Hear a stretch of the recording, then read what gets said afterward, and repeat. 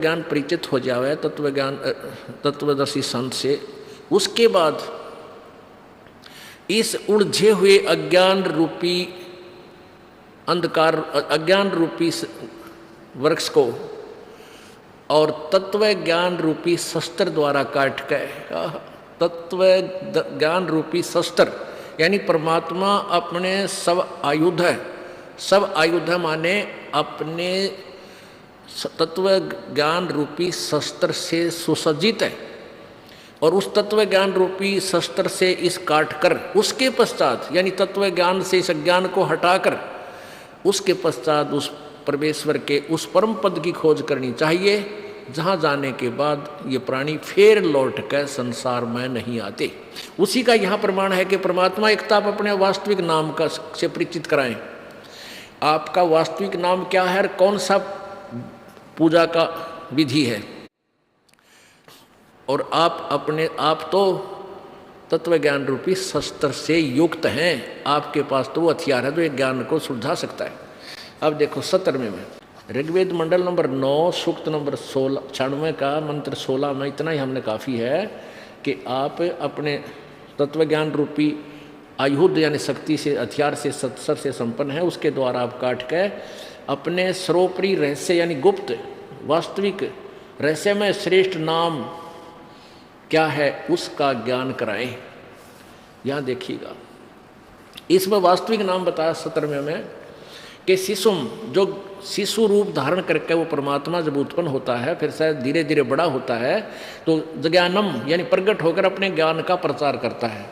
जो अत्यंत कमनीय है उसको उपासक लोग बुद्धि विषय करते हैं, और शुभंती उसकी स्तुति द्वारा उसके गुणों का वर्णन करते हैं, और विद्वान लोग वही ने उस गतिशील परमात्मा का गणेन गुणों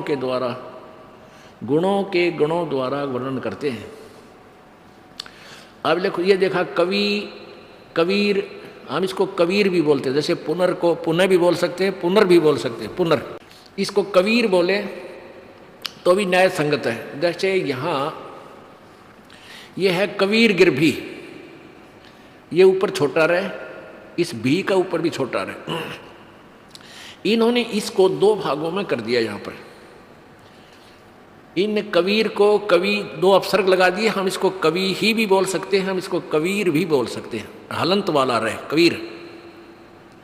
और गिर भी माने इन्हीं के द्वारा वाणी, इन्हीं ने अनुवाद किया है, गिर भी माने वाणी द्वारा। कबीर हम इसको यूं का यूं ले लें, कबीर गिर भी, कबीर वाणी द्वारा, कबीर वाणी द्वारा कावेना कवि आय है, और संत सोम पवित्र अत्यति रेभन, रेभन सन का अर्थ ये करते हैं, और सोम का अर्थ है, सोम पवित्रम का अर्थ है सोम स्वरूप पवित्र वह परमात्मा, और रेभन सन गर्जता हुआ अतिक्रमण करता है। अब बात चल रहा है वाणी का और जा रहे हैं अतिक्रमण पर। रेभन सन माने गर्जता हुआ वो अपनी ऊंची आवाज में कविताओं द्वारा, काव्यन माने कविताओं से, काव्यन कविताओं से के द्वारा बोलता है। अब 18वें में और कमाल कर दिया, ये देखो ऋषि मना ये ऋषिकृत सवर्षा सहस्रणित है पदवी कवि नाम है, तृतीय धामम महिष्य शिष्य संत सोम है विराजमानो राजती सतूप। इसका अर्थ है कि जो कवि वो परमात्मा कबीर वाणी द्वारा, कबीर गिरभी कबीर वाणी, हम लोग कहाँ लिखते हैं कबीर वाणी द्वारा यानी लोकोक्तियों के माध्यम से, दोहों के माध्यम से अपनी महिमा ऊंचे स्वर में बोलकर बोलता है, सुनाता है सबको खड़ा होकर के। और उस ऋषि द्वारा, ऋषि मना ये ऋषिकृत, वो ऋषि या संत रूप में प्रकट होने वाले परमात्मा द्वारा सहस्राणित यानी हजारों असंख्यों वाणी जो बोली जाती हैं, वो ऋषि मना सवर्षा यानी ऋषि स्वभाव वाले भक्तों के लिए वो वाणी बहुत ही आनंददायक होती है, सवर्षा। और पदवी कवि नाम, उस कवियों लोकोक्तियों के माध्यम से वो वाणी बोलने के कारण वो प्रसिद्ध कवियों में से भी एक पदवी प्राप्त करता है। कवि पदवी कवि नाम है। और तृतीयम धाम मही से, उस तीसरे धाम की महान पृथ्वी पर वो परमात्मा, वो संत रूपी भगवान जो संत रूप में आता है, वो उसमें विराजमान है तीसरे धाम। अब इनके द्वारा अनुवाद देखिए, ये 18वें मंत्र का अनुवाद है। क्या अनुवाद करते हैं? सोम स्वरूप परमात्मा, यानी चंद्रमा जैसा शीतल भगवान, पालन की इच्छा करता हुआ, तीनों लोकों में प्रवेश करके सबका धारण पोषण करने के लिए, ये समझ लो 15वें अध्याय के गीता जी के श्लोक नंबर 16-17 में भी ये ज्ञान है। वह सोम स्वरूप परमात्मा, अमर भगवान, पालन की इच्छा करता हुआ जो महान वह परमात्मा तृतीयम धाम, इसने लिखा अनुवादकर्ता ने, इस तृतीयम धाम का अर्थ सीधा बना है वो तीसरे धाम में। तृतीयम धाम का अर्थ बनता है तीसरे धाम में। इन्होंने क्या लिखा? देवयान और पितृयान, इन दोनों से पृथक तीसरा जो मुक्ति धाम है उसमें विराजमान है। बस यही समाप्त कर देना चाहिए था। इन्होंने अपनी अज्ञान सोच अड़ा दी। जो ज्ञान योगी है उसको, ज्ञान योगी का इसमें क्या मतलब था? इसका सीधा अर्थ बना है कि वो परमात्मा पालन की इच्छा करता हुआ, जो महान परमात्मा तीसरे मुक्ति धाम में रहता है, में विराजमान है, यानी वो एक देशीय है और उसको प्रकाश करने वाला है, सतुमान है। कवि नाम पदवी, जो कानदर्शियों की पदवी अर्थात मुख्य स्थान है। देख, कवि नाम पदवी, इन्होंने उड़ा दिया ना ज्ञान को, पदवी स्थान है। और सहस्र अनिथ, अनंत प्रकार की सत्वनीय है। अनिथ माने संसर, अनिथ होता है हजारों प्रकार की वाणियाँ हैं।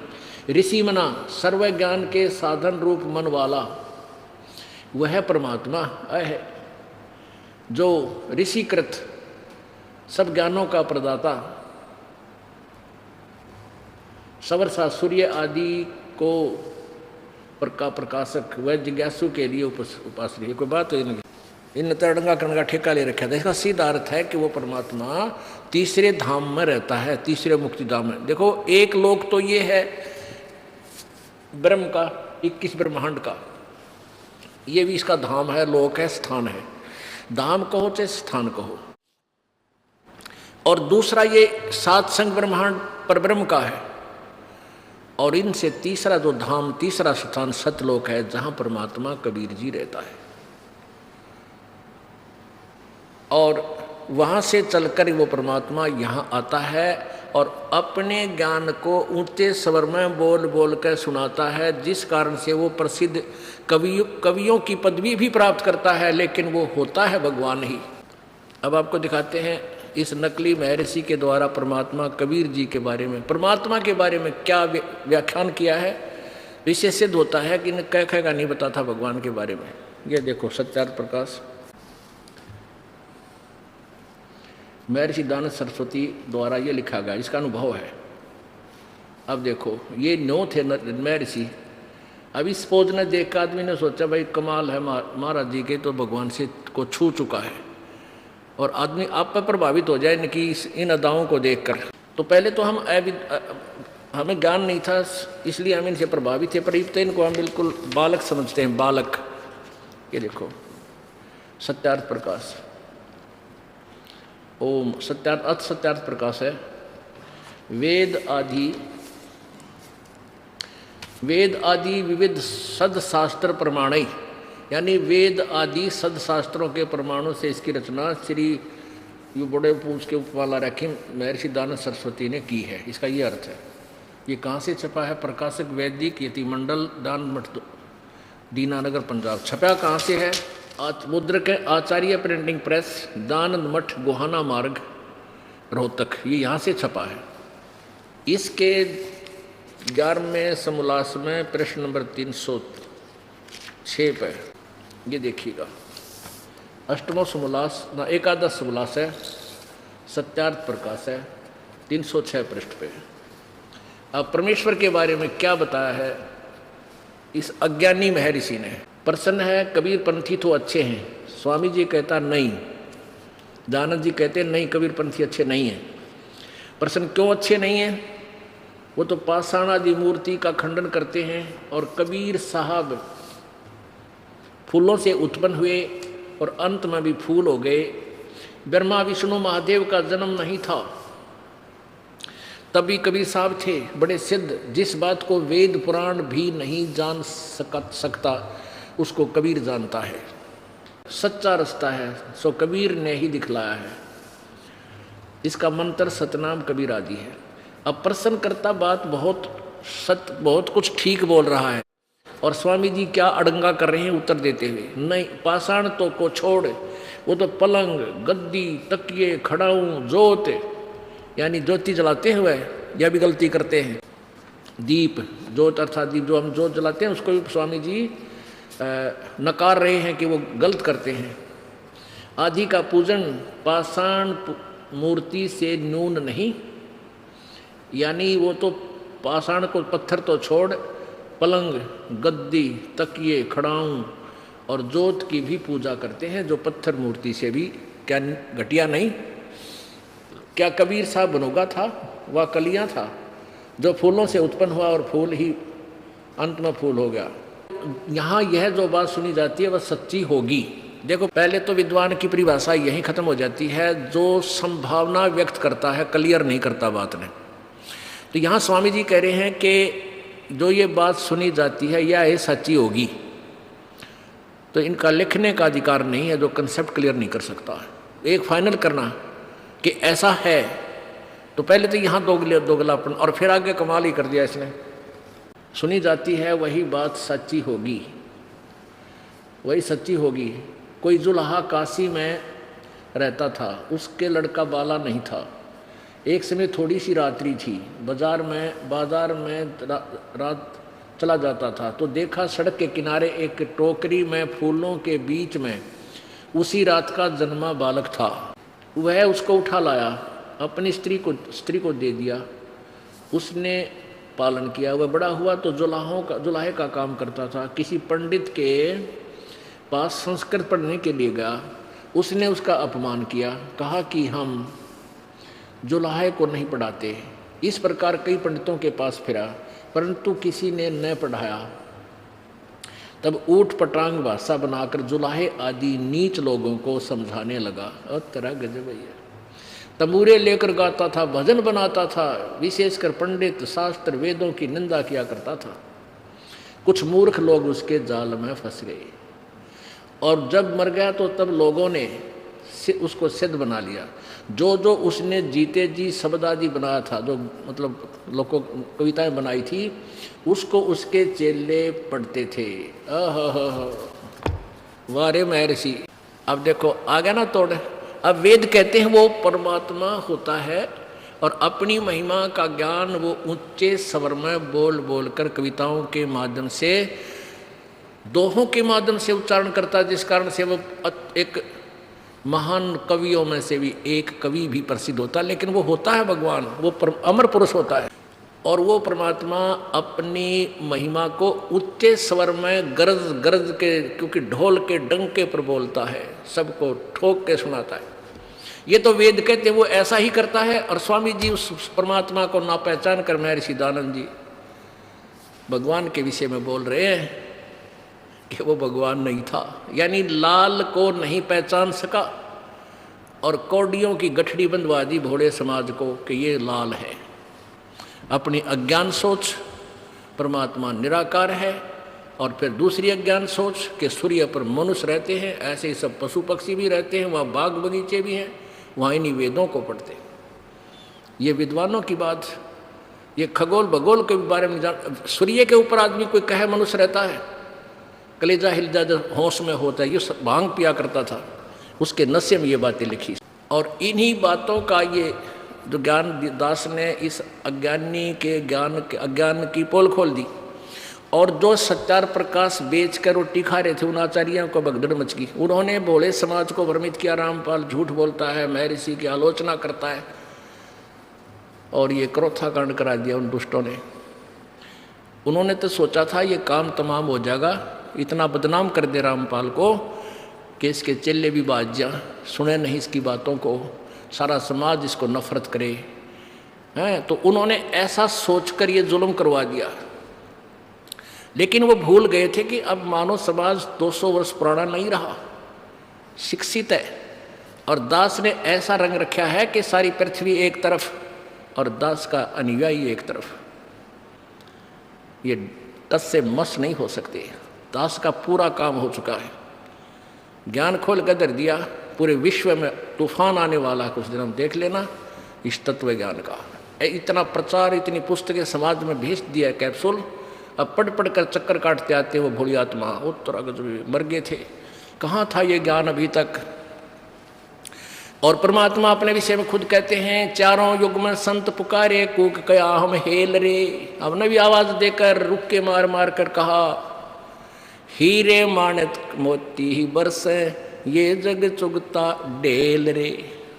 हम वो यथार्थ ज्ञान रूपी सत्य भक्ति रूपी मोतियों की वर्षा कर रहे हैं, और ये भोली आत्मा इन अज्ञानी ऋषि महर्षि संत और गुरुओं के अज्ञान से परिपूर्ण होकर के इन कौड़ियों की गठड़ी बांध कर वजन उठाए फिरते हैं कि हमने बहुत कुछ कमा लिया, और लाल को ठोकर मार रहे हैं। संध्या है तो सिर दर पाओ, बहोर नहीं रे ऐसा दाओ। बोलो सतगुरुदेव की जय। परमपिता परमात्मा पूर्ण ब्रह्म सारी सृष्टि के रचनहार कुल मालिक कबीर देव, कबीर साहब, अल्लाहु अकबर, ये वही परमात्मा है जो बनारस में जुलाहे रूप में 120 वर्ष तक रहकर अपने तत्व ज्ञान का प्रचार करके सहस्रीर आए थे, सहस्रीर चले गए। परमपिता परमात्मा कबीर जी, कबीर साहब, ये हम सब आत्माओं के एकमात्र मालिक है। ये वही परमेश्वर है जिनका गुणगान सभी सद्ग्रंथ करते हैं।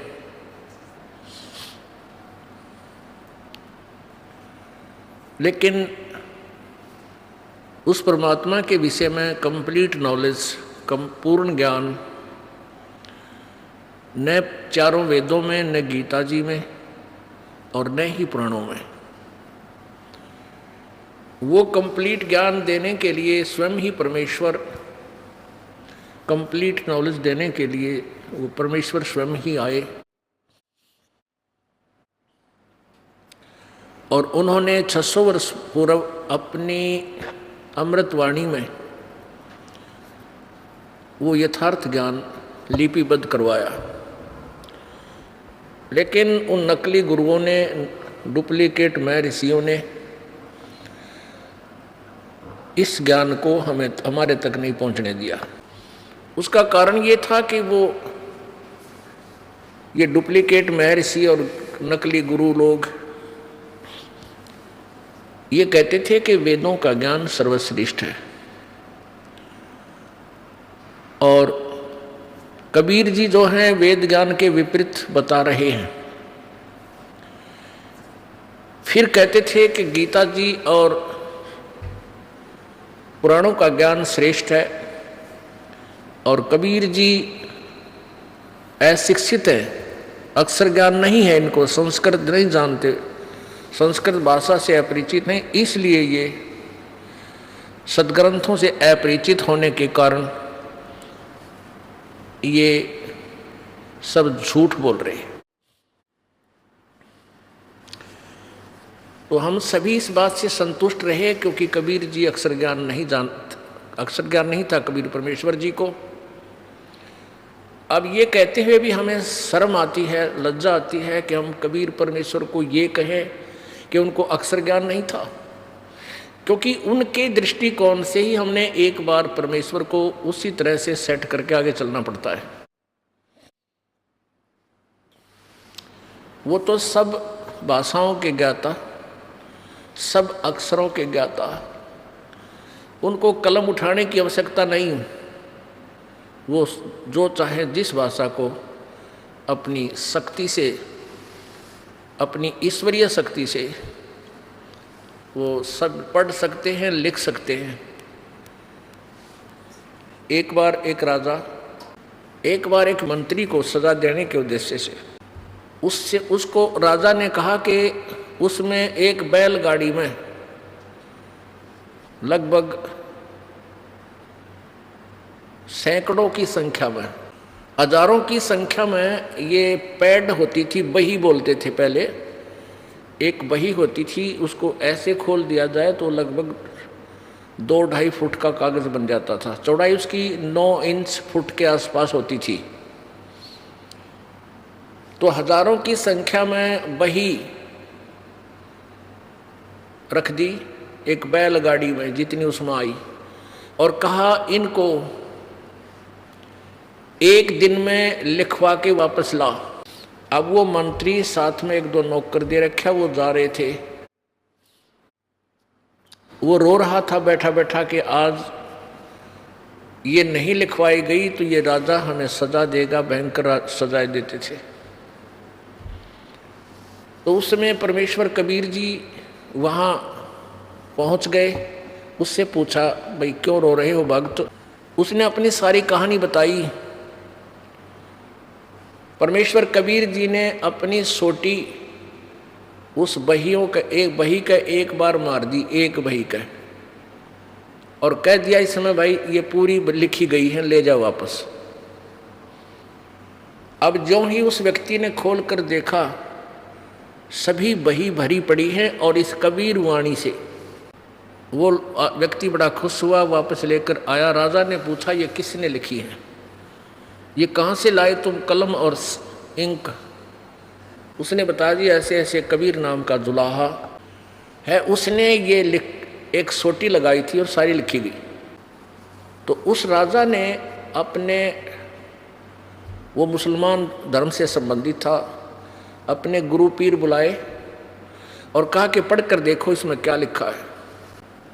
तो कबीर वाणी के अंदर तो इन मुल्ला और काजियों को लताड़ रखा है, तो उन मुल्ला काजियों की वो सिट्टी फिट्टी गुम होगी। उन्होंने पर उस राजा से कहा कि इसके अंदर तो अपने हिंदू धर्म के विपरीत बहुत कुछ लिखा है, ये इसको समाप्त कर देना चाहिए। राजा ने वो सारी की सारी दरिया में डलवा दी। अपने आत्मा उस समर्थ की समर्थता को हम कहाँ तक जान सकते हैं? उस वो परमात्मा सब भाषाओं के ज्ञाता है और वो परम परमेश्वर है। तो ये हमारे हृदय में, हम ये भी नहीं कह सकते कि परमात्मा अशिक्षित थे, अक्षर ज्ञानी युक्त नहीं थे, लेकिन उस समय हम ये मान लिया कि कबीर जी अक्षर ज्ञान नहीं जानते, और ये हमारे जो ब्राह्मण गुरु जी हैं ये संस्कृत भाषा के परिचित हैं, इसलिए कबीर जी जो बोल रहे हैं वेद ब्रह्मा विष्णु महेश आदि के विषय में ये गलत है। तो ये धारणा अभी तक बनी हुई थी। इसी कारण से इन नकली डुप्लीकेट ऋषि और गुरुओं ने इस यथार्थ ज्ञान को हम तक नहीं आने दिया। अब कबीर परमेश्वर जी ने इस दास के ऊपर रजा बख्शी है, मेहर की है। अब वो परमेश्वर की 600 वर्ष पहले लिखी हुई वाणी आज सभी सदग्रंथों से मेल खाती है। तो अब हम इस यथार्थ ज्ञान को पहचानेंगे, समझेंगे, परमात्मा को प्राप्त करेंगे, हम मोक्ष हो जाएंगे, मोक्ष को प्राप्त करेंगे। परमेश्वर कबीर जी ने ही आकर के हमें ये यथार्थ ज्ञान देना पड़ा, क्योंकि काल भगवान नहीं चाहता कि ये ज्ञान जन साधारण तक पहुँचे। इसका प्रमाण आप सुबह देख चुके हो कि न तो ब्रह्मा जी को ज्ञान, न विष्णु जी को ज्ञान, और न शंकर जी को ज्ञान, और न ही किसी ऋषि महर्षि ब्राह्मण को ज्ञान, जिनको हम तोब समझा करते भी बड़े महापुरुष हुए हैं, बड़े महर्षि थे। अब वही हमारे पवित्र सदग्रंथ हमारे समक्ष हैं, हम शिक्षित हैं और हम अपनी आँखों से को देख सकते हैं और परमेश्वर द्वारा दिए गए उस ज्ञान से हम उसकी तुलना कर सकते हैं। आज सुबह के सत्संग में आपको बताया गया था कि शिक्षा की कोई विशेष आवश्यकता नहीं थी। सतयुग, त्रेता, द्वापर, इन तीनों युगों में केवल एक वर्ग था जो शिक्षा ग्रहण करता था और उनकी सेवा, उनकी ड्यूटी लगा रखी थी। उनका कार्य था कि वो सदग्रंथों को पढ़ें, उनको समझें और जनसाधारण को अपने मौखिक ज्ञान द्वारा उनको समझाएं। तो जिस कारण से हम अपना धंधा करके, जिसका भी जैसा व्यवसाय था, कार्य अपना करते थे, संत अपने परिवार का पोषण करते थे और प्रभु की साधना किया करते थे, जैसा भी उन ऋषि महर्षियों ने हमारे को बताया गया था। अब शिक्षा का विशेष लाभ हमें अब मिला है कलयुग में, और इसकी हानि भी बहुत है। हानि ये है कि हम इतने काग बन गए इस ज़्यादा शिक्षा ग्रहण करने से कि हम ओवर क्लेवर हो गए। ना बहन भाई का प्यार रहा, ना माता पिता की सर के प्रति श्रद्धा रही, और केवल माया जोड़ने की हमने एक होड़ लगा रखी है। बड़ी कार हो और अच्छा खूब धन हो, एक दूसरे से हम अपने क्षेत्र में माया के कारण प्रभु बन जावा। और ये आज से सैकड़ों वर्ष पहले ऐसा नहीं था, और सभी चैन से रहा करते थे। खेतों में, घर में झोंपड़ियाँ डाल रखी थी, खूब बढ़िया फलदार वृक्ष हुआ करते थे। कहने का भाव ये है कि थोड़ा सा मकान बना के गर्मी सर्दी से बचने के लिए वो हमें बहुत पर्याप्त है, क्योंकि गर्मी सर्दी वर्षा ओलों आदि से बचने के लिए एक छोटा सा अपना एक घोंसला बना लेना होता है।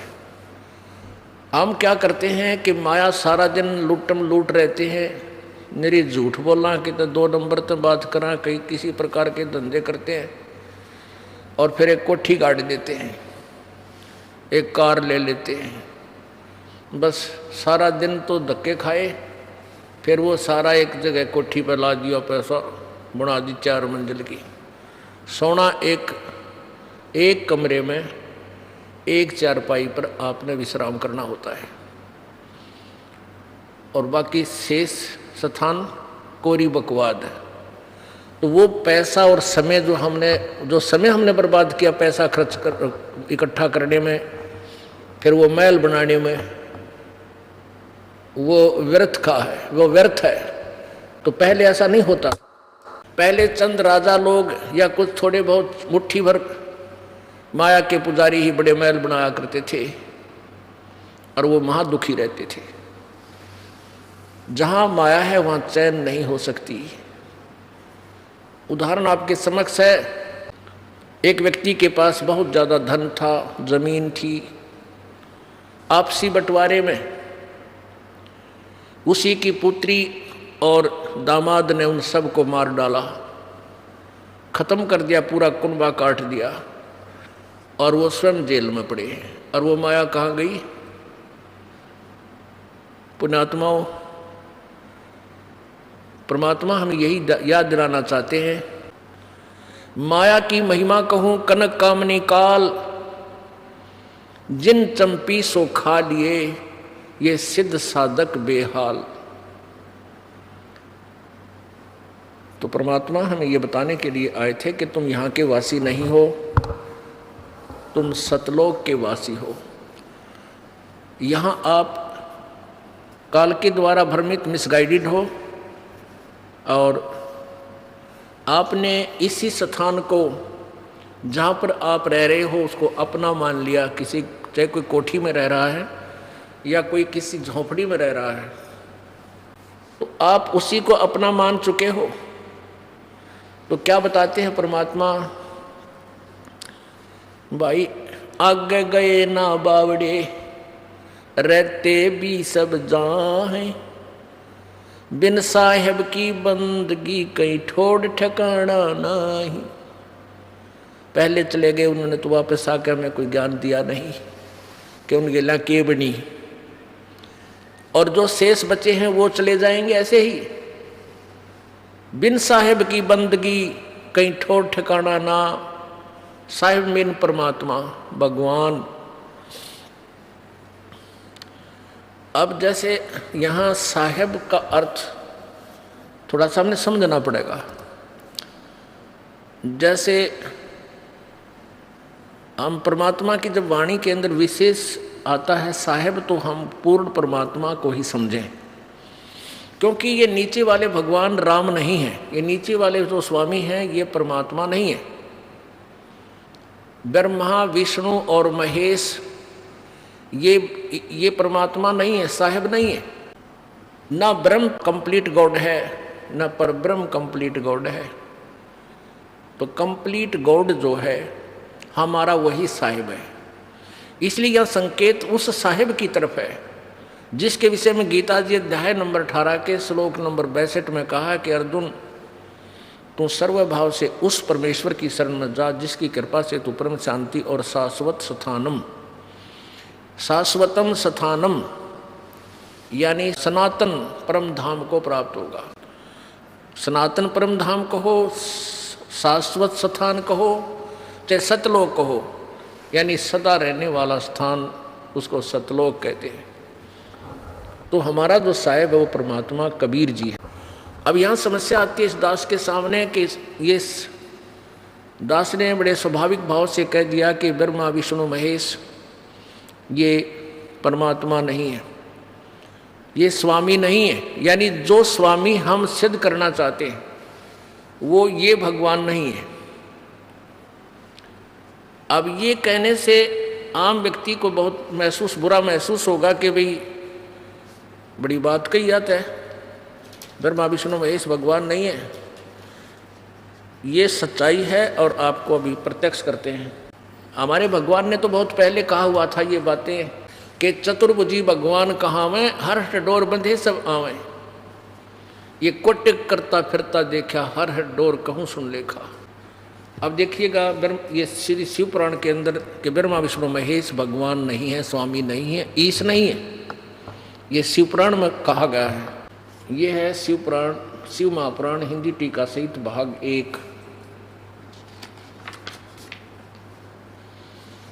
श्री शिव महापुराण, इसके अनुवादक हैं विद्या अवरिधि पंडित ज्वाला प्रसाद जी मिश्रकृत, हिंदी टीका सहित, खेमराज प्रकाशन, श्री कृष्णदास प्रकाशन, बम्बई।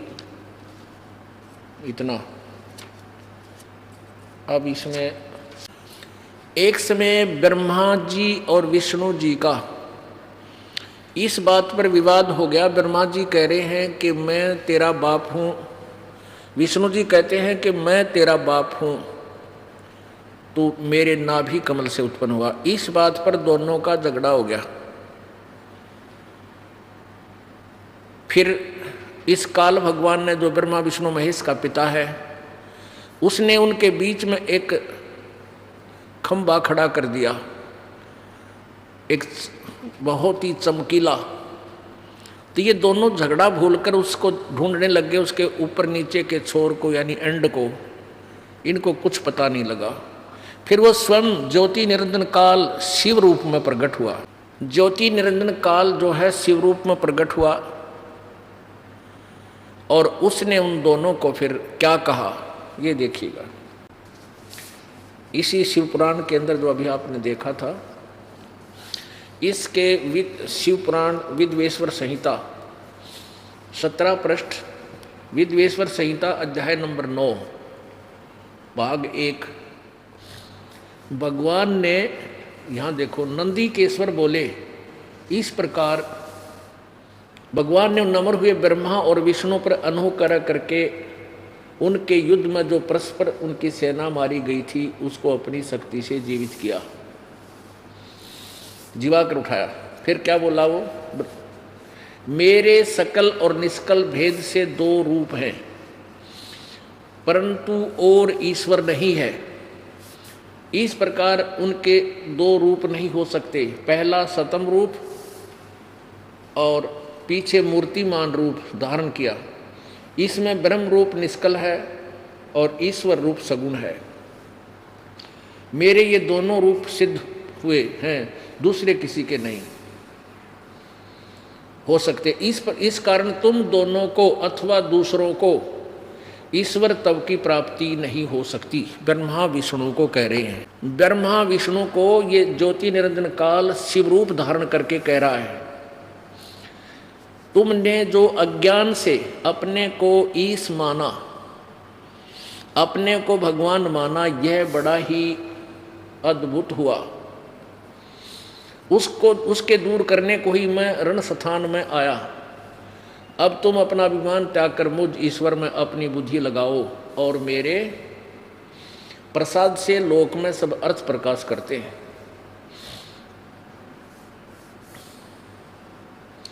क्या कह रहा, मैं ही ब्रह्म हूं और मेरा ही कल अकल रूप है। ब्रह्म होने से मैं ईश्वर हूं। अनुग्रह आदि ही मेरा कृत्य है। सर्वव्यापी होने से मैं जगत के वर्धक होने से ब्रह्मा हूँ। हे केशव, ब्रह्म केशव क्षमता और व्यापक होने से मैं आत्मा हूँ। मैं ईश से सबका ईश हूँ। यह मेरा है, मेरे सिवा किसी दूसरे का नहीं है। प्रथम तो ब्रह्म तब ज्ञान के निमित्त निष्कल ब्रह्मा का प्रादुर्भाव हुआ। अब आगे देखना है क्या कहता है पुत्रों, ये 18 पृष्ठ पे,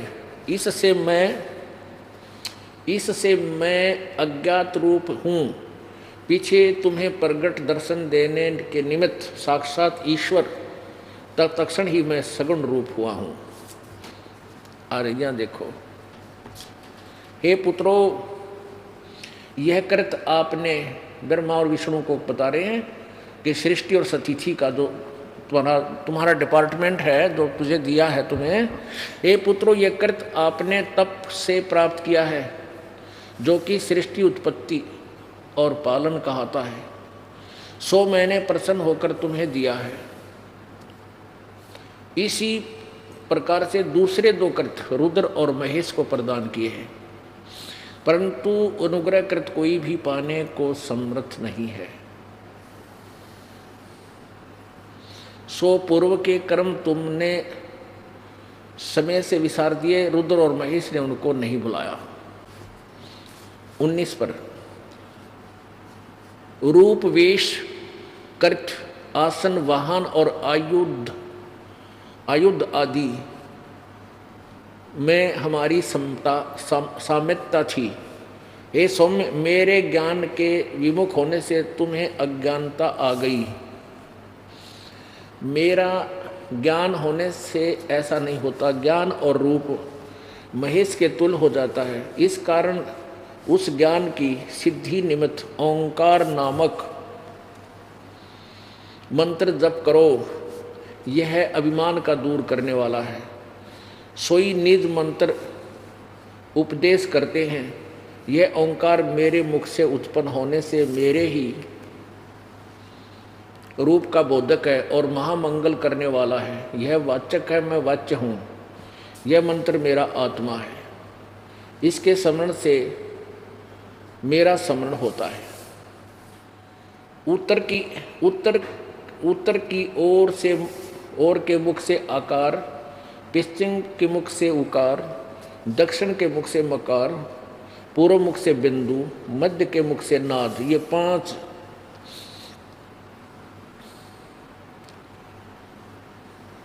उत्पन्न हुआ। इस प्रकार ये 5 प्रकार से निर्गत हुआ। यह एक होकर ओम ऐसा एकाक्षर हो जाता है। अब इस ज्ञान से हमें बहुत लाभ हुआ। एक तो स्पष्ट हुआ कि ब्रह्मा विष्णु महेश से अलग कोई और शक्ति है जो शिव रूप धारण करके इन सभी को ब्रह्मा विष्णु महेश रुद्र को संबोधित कर रहा है और स्पष्ट कर रहा है कि मैं अब प्रगट हुआ हूँ, मैं गुप्त रहता हूँ और मेरा ओंकार ओम एक अक्षर है। गीता जी अध्याय नंबर 8 के श्लोक नंबर 13 में कहा है, ओम इति एक अक्षरम ब्रह्म व्यवहारन माम अनुसमरण ये प्रयाति तजंदेहम सयाति परमाम गतिम।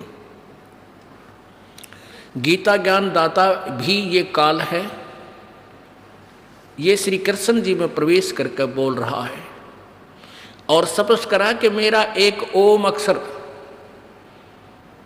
मेरा एक ओम अक्षर है मुझ ब्रह्म का उच्चारण करके सिमरण करने का, और जो इसको अंतिम समाज तक सिमरण करता है वो मेरे वाली परम गति को प्राप्त होता है।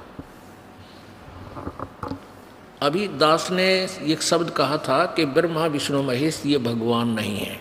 ये शब्द हमारे परमात्मा कबीर जी ने 600 वर्ष पहले बोला था, जिसके ऊपर उन लोगों ने, उन नकली ऋषियों ने, गुरुओं ने, ब्राह्मणों ने पूरे मानव समाज को परमात्मा का शत्रु बना दिया था कि दुल्हा झूठ बोलता है, ये ब्रह्मा विष्णु महेश को भगवान नहीं मानता है। आज इस पवित्र शिव पुराण ने उसको समर्थन दिया परमात्मा की वाणी को कि ब्रह्मा विष्णु महेश ये भगवान नहीं है। परमात्मा कौन होता है? जो केवल सुख दे दुख ना दे, जो अजर अमर हो, जिसकी जन्म मृत्यु कभी ना हो, वही परमात्मा यानी ईश्वर हो, परमेश्वर होता है। और ब्रह्मा विष्णु महेश अविनाशी नहीं है, इनका जन्म मृत्यु होता है। अब यहाँ भी एक समस्या खड़ी हो जाती है कि ब्रह्मा विष्णु महेश अविनाशी नहीं है, ये कैसे बोल दिया? अब दिखाते हैं, हमने बोला नहीं, ये पढ़कर सुनाया। अब देखो, श्रीमद् देवी भागवत गीता प्रेस गोरखपुर से प्रकाशित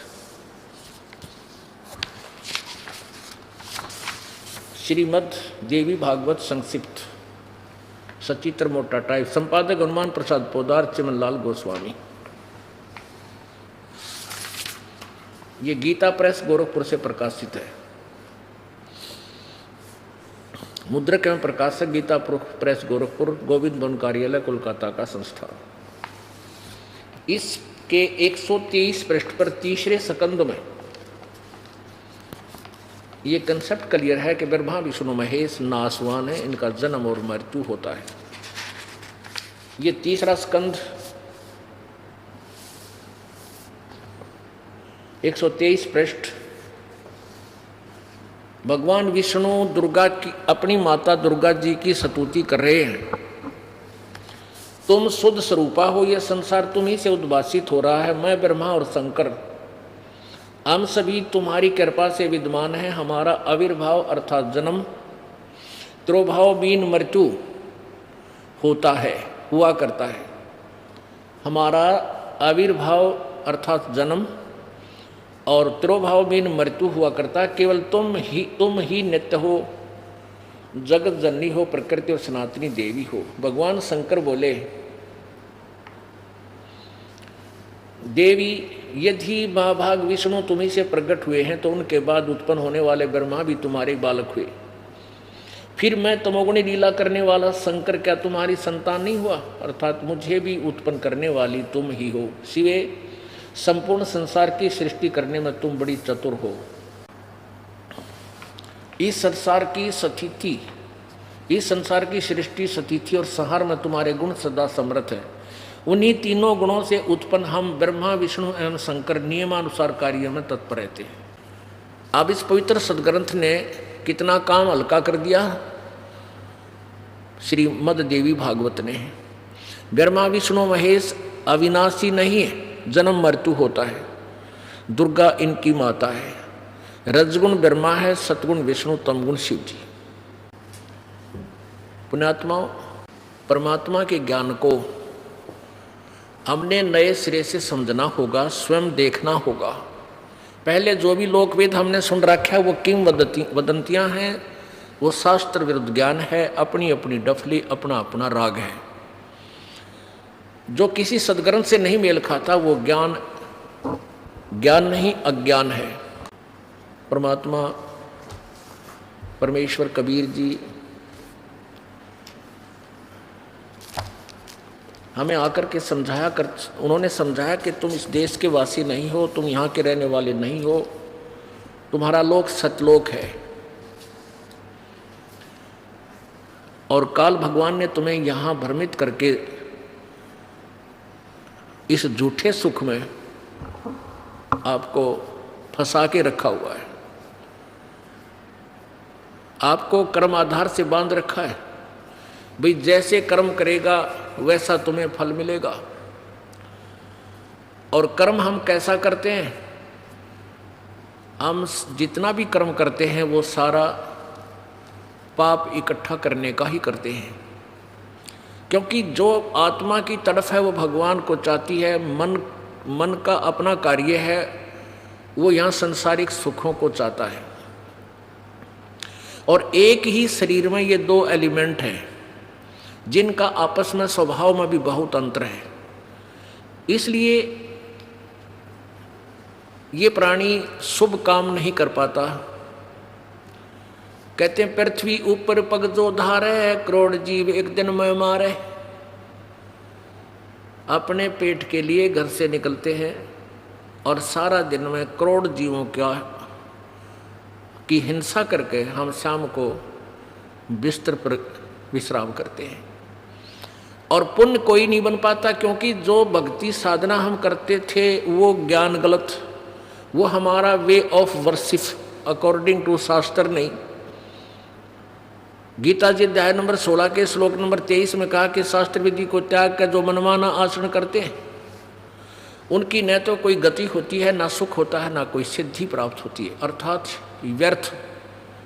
फिर 24वें श्लोक में कहा कि अर्जुन इससे तेरे लिए कर्तव्य और अकर्तव्य की व्यवस्था में, यानी कौन से धार्मिक कर्म करने चाहिए कौन से ना करने चाहिए, उनके लिए शास्त्र ही प्रमाण है। तो पुण्यात्मा हम शास्त्र समझ नहीं सकते थे, और जो वो शास्त्रों के ज्ञाता माने जाते थे वो कोरे अज्ञानी थे। इस करके ये बखेड़ा अभी तक चला रहा। अब परमात्मा ने ये क्लियर कर दिया है, अब इसमें कोई शंका नहीं रहेगी। अब हमें केवल भक्ति ही करनी है। अब यहाँ का विधान है कि तू जैसे कर्म करेगा वैसा फल मिलेगा। तो कर्म हम सारे शास्त्र विरुद्ध करते थे, साधना हमारी कोई बनती नहीं थी, पुण्य नहीं बनता था, कोरे पाप इकट्ठे करते थे। हमें पुण्य करने की व्यवस्था, पुण्य करने का मार्ग और करने का अवसर परमात्मा ही आकर प्रत्येक युग में देकर जाता है। तो उसमें हम सबकी बैटरी चार्ज कर जाता है लाखों और करोड़ों की। वो लाखों और करोड़ों की संख्या में जो परमात्मा कबीर जी की शरण में आते हैं, ढेर सारे पुण्य वो परमात्मा करवा जाता है अपने एक ही समय के प्रकट होने पर। फिर धीरे धीरे बीच बीच में प्रकट होता रहता है, जिस कारण से आज तक यह भक्ति जीवित रही। नहीं तो पुण्यात्माओं इस काल ने ऐसा विनाश कर देना था कि राम नाम की कोई चीज आपके हृदय में नहीं होती, नास्तिक बना देता ये। जैसे पूरा चीन कंट्री जो है वो पहले महात्मा बुद्ध का अनुयायी था, और महात्मा बुद्ध के बताए अनुसार उनको कोई आध्यात्मिक लाभ हुआ नहीं, इसलिए वो कम्युनिस्ट बन गया। कम्युनिस्ट मीन नास्तिक। और काल यही चाहता है कि ऐसे दूत भेज दूं, बात बनावे गणी, ज्ञान उनके पास हो नहीं, उनके द्वारा भक्ति विधि सही होनी, और जनता उनके पीछे लग जाए, अपना जीवन नष्ट करके वो नास्तिक हो जाए। अब ये जितने भी पंथ चल रहे हैं, राधा स्वामी पंथ, धन सतगुरु पंथ, ये बाल योगेश्वर वाले, हंसा देश वाले, सतपाल जी वाले, ये सुधांशु जी वाले, ये आसाराम जी वाले, और ये निरंकारी वाले, ये वो पुण्यात्मा हैं इनके प्रमुख, जो पहले कभी परमेश्वर कबीर जी के चरणों में रहे थे, आज काल के हाथों फंस गए, ये पार नहीं हुए। इनको भेज दिया मिसगाइड करने के लिए, और इनके सहारे ये भोली आत्मा इनकी मीठी मीठी बातों में, इनकी छोटे मोटे चमत्कारों में फंसकर अब उनके अपने जीवन को बर्बाद कर रहे हैं। और कुछ दिनों में देख लेना ये पंथों वाले सारे नास्तिक हो जाएंगे, क्योंकि सब टूट चुके हैं। भगवान के लिए निकले थे, उनकी वो बिरान माटी हो रही, किसी का कैंसर हो रही है, किसी का जो ना वित्तीय हालत बिगड़ेगी, 5-5 गोली खाकर नींद नहीं आती, ऐसी दुर्दशा हो रही है। और अब यहाँ आ रहे हैं तो परमात्मा आते हैं तभी ये पुण्य बनवा के जाते हैं। जैसे अब जो साधना आप जी कर रहे हो, जिसने भी 1 वर्ष भी साधना इस दास के द्वारा बताई हुई कर ली, सतनाम की और ये दूसरे मंत्र की, आप ना जाने कहाँ कहाँ कौन से लोकों में किस किस पद के अधिकारी बन जाओगे। यदि आप नाम त्याग के काल के हाथों चले गए तो आपको ऐसे खिलाएगा जैसे आप सोच भी नहीं सकते। आप ही का पुण्य, आप ही का जूता आप ही के सिर पर है। जैसे आपने पढ़ा कि ब्रह्मा और विष्णु तुमने ये दोनों जो पदवी पाई है अपने तप से पाई है और मैंने दी है। डले डोए तुमने और दी मैंने, यानी मेहनत करी तुमने और दी मैंने, तुम्हारी ही कमाई तुम्हें प्रदान कर दी। जैसे बच्चा पढ़ता है, MA BA BSc कर गया, कोई और ट्रेनिंग आदि कर ली तो गवर्नमेंट उसको जॉब दे देती है, लेकिन वो मेहनत परिश्रम उससे का किया हुआ प्रफुल्लित हुआ है। तो ऐसे ये आपको मूर्ख बना के और फिर आपके कर्म बिगड़वा देता है। जैसे ये जितने भी संत आए हैं